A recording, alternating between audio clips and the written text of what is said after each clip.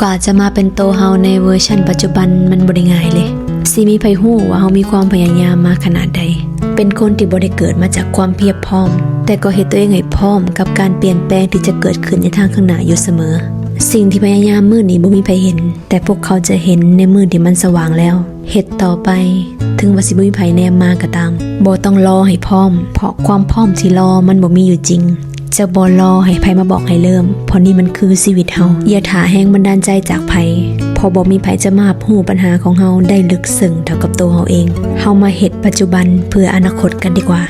ทุกๆมื้อที่ได้ลงมือทำมันคือการบ่มตัวเองถึงสิบ่มีไผเห็นก็บ่ฟ้าวให้ผู้ใดแนมมาพัฒนาตัวเองไปเรื่อยๆจนกว่าจะมีคนบอกว่าชีวิตเฮาโคตรจะมาไกลหากได้ยินเสียงผ่านเข้ามาในหูว่าคนแบบเฮาบ่น่าจะเฮ็ดได้นั่นแหละคือเสียงของความท้าทายเสียงนี้เลยคือแรงบันดาลใจถ้าอยากก้าวขาไปไกลแล้วไวกว่าคนอื่นอย่าสะดุดเสียงข้างทางอย่าเฝ้าพักข้างถ้ายังบ่ถึงจุดหมายอย่าอ่อนแออย่าฟ้าหมดกำลังใจถ้าสองมือยังเฮ็ดได้สองขายังก้าวไหวจงเฮ็ดต่อไปจนกว่าจะสำเร็จ